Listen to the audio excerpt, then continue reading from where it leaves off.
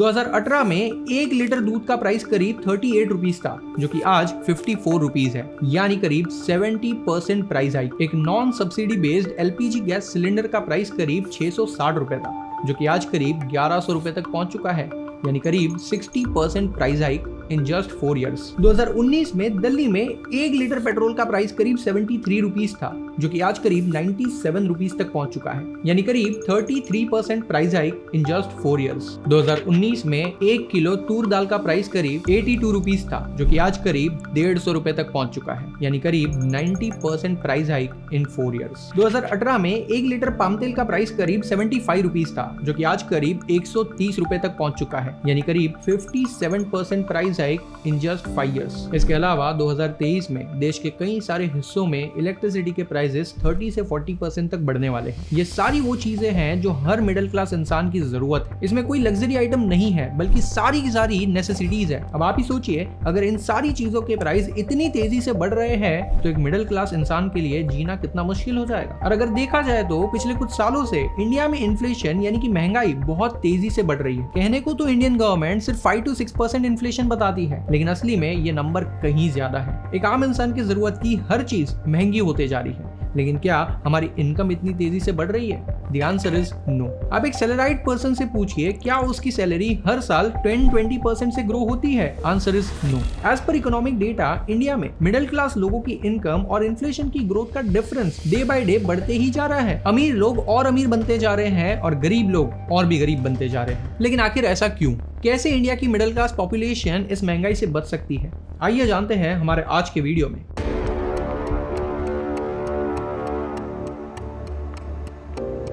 लेकिन दोस्तों, इस वीडियो को शुरू करने से पहले ही मैं आपको बता दूं कि मैं सिर्फ फैक्ट और पब्लिकली अवेलेबल डेटा के बेसिस पर बात करने वाला हूं। यहाँ मेरा इंटेंशन किसी भी पॉलिटिकल पार्टी या गवर्नमेंट को क्रिटिसाइज करने का नहीं है, बल्कि लोगों को महंगाई से बचने के रास्ते बताने का है। तो प्लीज आप इस वीडियो को किसी भी पॉलिटिकल एंगल से कनेक्ट ना करें और कमेंट सेक्शन में लोगों को गुमराह ना करें। ये वीडियो सिर्फ एजुकेशनल पर्पस के लिए है। यहाँ हम जानेंगे कि कैसे अमीर लोग और अमीर बनते जा रहे हैं और उन्हें इन्फ्लेशन से कोई फर्क नहीं पड़ता है। तो आइए शुरू करते हैं। सबसे पहले हम ये समझते हैं कि आखिर इन्फ्लेशन यानी महंगाई होती क्यों है और क्यों हर साल चीजों के दाम बढ़ते जाते हैं। इसका सिंपल रीजन है हाई डिमांड फॉर गुड्स और सर्विसेज। अब ये डिमांड बढ़ने के बहुत सारे रीजन हो सकते हैं, जैसे कि increase in population, increase in per capita income, change in spending habit, etcetera etcetera. आइए इसको एक सिंपल एग्जांपल से समझते हैं। मान लेते हैं अभी दिवाली का वक्त चल रहा है और ऐसे में आपके घर मेहमान आने वाले हैं और मेरे भी घर कुछ मेहमान आने वाले हैं। अब मेहमान की खातिरदारी करने के लिए हम दुकान से मिठाई खरीदने गए हैं। मैं भी उसी दुकानदार से मिठाई खरीदने जा रहा हूँ और आप भी उसी दुकानदार से मिठाई खरीद रहे हो। दुकानदार के पास सिर्फ 1 किलो मिठाई बची हुई थी और आप 500 रुपए में वो मिठाई खरीदने के लिए रेडी हो। उतने में मैं दुकानदार के पास आया और मैंने कहा, मैं आपको 550 रुपए देने के लिए तैयार हूँ, आप मिठाई मुझे दे दीजिए। इतने में आपने 600 रुपए देकर मिठाई खरीद ली। आपने ऐसा इसलिए किया क्योंकि आपको मेहमानों की खातिरदारी करना जरूरी था और इसीलिए आप ज्यादा पैसे देने के लिए भी रेडी हो गए।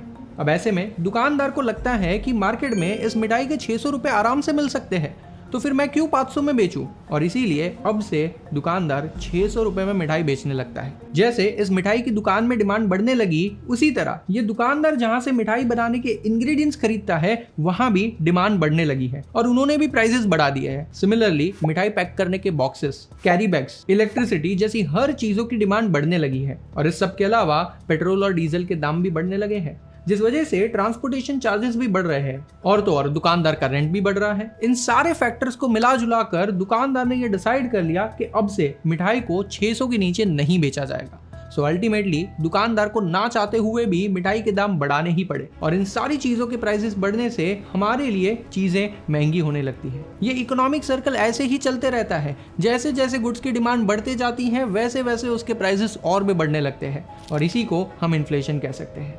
अब जो लोगों की इनकम बहुत हाई है या जिनके पास बहुत पैसे हैं उनको इससे फर्क नहीं पड़ता, लेकिन जो लोगों की इनकम बहुत ही कम है, specially middle class and lower middle class, इन लोगों को बहुत तकलीफ होती है क्योंकि महंगाई की वजह से उनके खर्चे तो बढ़ जाते हैं लेकिन उनकी इनकम उतनी तेजी से नहीं बढ़ती है। तो अब सवाल यह है कि इस महंगाई से कैसे बचें?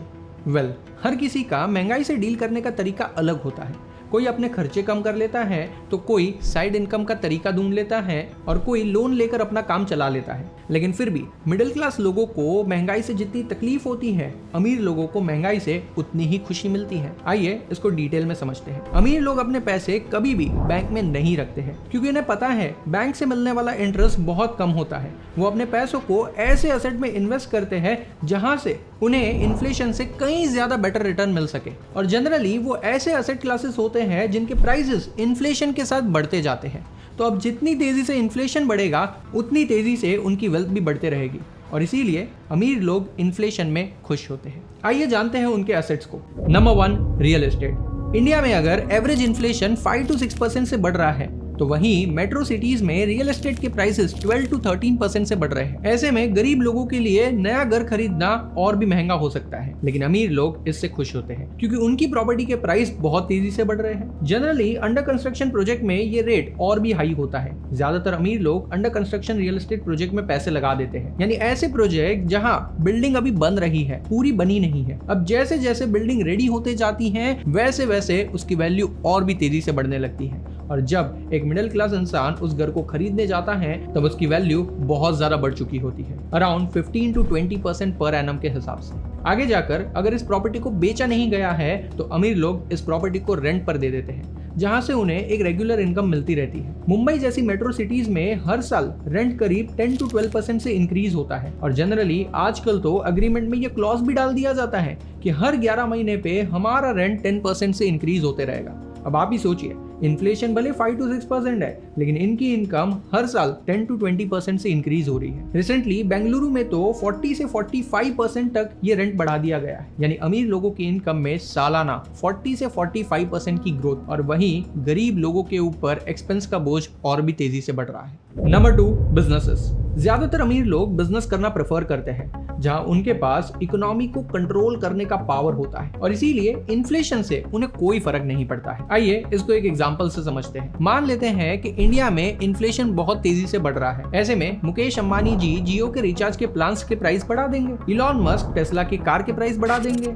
गूगल और फेसबुक अपनी एड के प्राइसेस को बढ़ा देंगे, नेस्ले वाले मैगी के प्राइसेस बढ़ा देंगे, सैमसंग और एप्पल अपने मोबाइल के प्राइस बढ़ा देंगे और इसी तरीके से उन्हें इन्फ्लेशन से ज्यादा कोई फर्क नहीं पड़ेगा। जैसे जैसे महंगाई बढ़ेगी वो लोग अपने गुड्स की प्राइस बढ़ा देंगे ताकि उन्हें ज्यादा रेवेन्यू और ज्यादा प्रॉफिट मिलने लगे। उल्टा एज अ कस्टमर हमें ये सारे प्रोडक्ट्स और भी महंगे मिलने लगते हैं। यानी एक तरफ ऑलरेडी इन्फ्लेशन से नेसेसिटी वाले गुड्स महंगे हो रहे हैं, दूसरी तरफ ऐसी गुड्स और कमोडिटीज भी महंगी होने लगती है। तो इसीलिए दोस्तों, अगर आप यंग हो, एनर्जेटिक हो तो आपको एंटरप्रेन्योर बनना चाहिए ताकि आप भी बाकी बिजनेसेस की तरह अपने गुड्स और सर्विसेज की प्राइसेस बढ़ा दो और इन्फ्लेशन से लड़ सको। Number 3, shares. जैसा कि हमने अभी डिस्कस किया, इन्फ्लेशन से लड़ने के लिए सारे बिजनेसेस अपने गुड्स और सर्विसेज के प्राइस बढ़ा देते हैं और इसीलिए उनकी सेल्स भी बढ़ने लगती है। अब बढ़ती हुई सेल्स से उनका प्रॉफिट भी बढ़ने लगता है और कंपनी के फंडामेंटल्स भी अच्छे होने लगते हैं। इन सारे फैक्टर्स का अल्टीमेट इम्पैक्ट उस कंपनी के शेयर्स पर भी पड़ता है और कंपनी के शेयर प्राइसेस भी बढ़ने लगते हैं। ये देखिए, नेस्ले ने अक्टूबर 2015 से मैगी के प्राइसेस इंक्रीज करके 10 से 12 रुपए कर दिए। फाइनली मार्च 2022 में इन प्राइस को 14 रुपीज पर लाया गया। अब इससे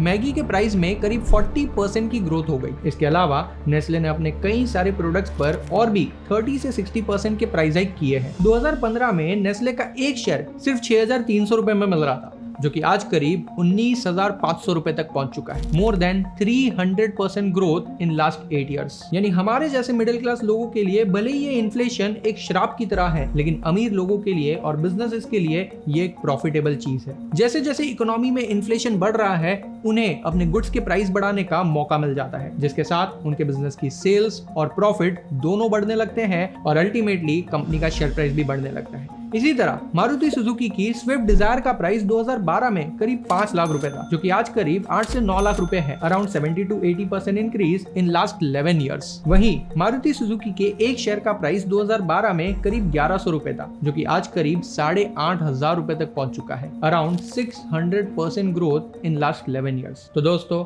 अगर आप भी इन्फ्लेशन से परेशान हो चुके हो, आप इन्फ्लेशन को बीट करना चाहते हो, तो अपने हालातों पर रोना छोड़ दो और एक ऐसा बोल्ड स्टेप लो जो कि सच में आपको अमीर बना दे। रियल एस्टेट इन्वेस्टमेंट या बिजनेस शुरू करने के लिए जनरली एक बड़ी इन्वेस्टमेंट लगती है, लेकिन स्टॉक्स में आप 100 रुपए से भी शुरुआत कर सकते हो। आज भी इंडिया में कई अच्छी कंपनीज के शेयर बहुत ही सस्ते दामों पर मिल रहे हैं। लेकिन आने वाले वक्त में जैसे जैसे इन्फ्लेशन बढ़ेगा वैसे वैसे उस कंपनी की सेल्स और उस कंपनी का प्रॉफिट भी बढ़ेगा। इसके अलावा बढ़ती हुई डिमांड भी इसको सपोर्ट करेगी। तो दोस्तों, अगर आप भी सच में स्टॉक मार्केट से पैसे कमाना चाहते हो और आने वाले समय में अमीर बनना चाहते हो तो आज ही अपने इन्वेस्टमेंट की शुरुआत करें। डिस्क्रिप्शन में दिए हुए लिंक से एंजल वन के साथ आप अपना फ्री डीमैट अकाउंट ओपन कर सकते हो और इसके साथ ही अपनी इन्वेस्टमेंट जर्नी की शुरुआत कर सकते हो। जय हिंद।